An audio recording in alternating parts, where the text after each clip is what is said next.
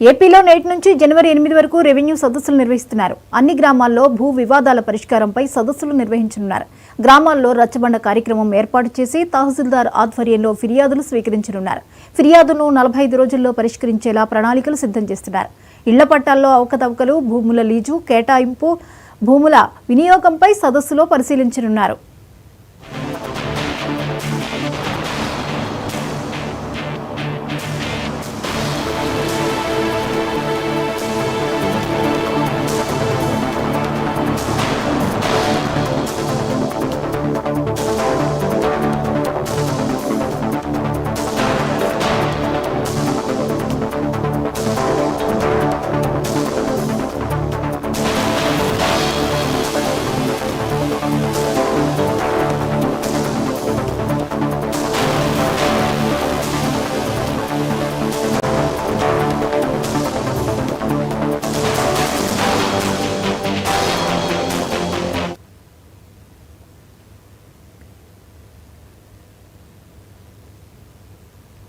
ఇక ఏపీలో నేటి నుంచి జనవరి 8 వరకు రెవెన్యూ సదస్సులు నిర్వహించున్నారు. అన్ని గ్రామాల్లో భూ వివాదాల పరిష్కారంపై సదస్సులు నిర్వహించనున్నట్లుగా తెలుస్తోంది. ఇక ఈ అంశంపై మరిన్ని అప్డేట్స్ ని ఏపీ బ్యూరో చీఫ్ రాఘవేంద్ర అందిస్తారు.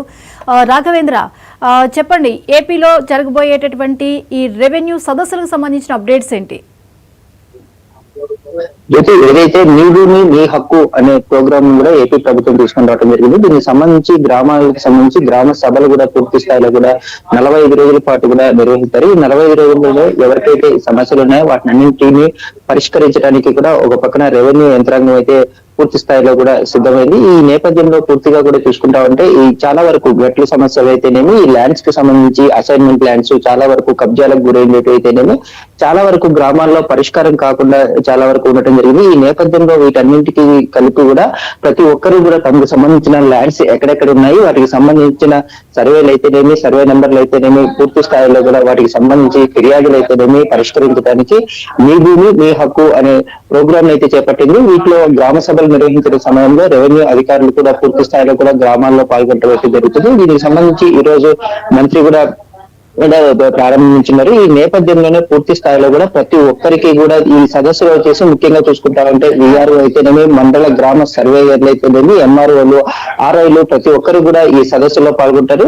ల్యాండ్స్ కి సంబంధించి పూర్తి స్థాయిలో కూడా అన్ని రకాలుగా కూడా సమస్యలు అయితే పరిష్కరించడానికి సిద్ధంగా ఉన్నాం. వీటన్నిటి కూడా 45 రోజుల్లోనే పరిష్కరిస్తామనేసి మంత్రి రెవెన్యూ శాఖ మంత్రి కూడా చెప్పడం జరుగుతా ఉంది.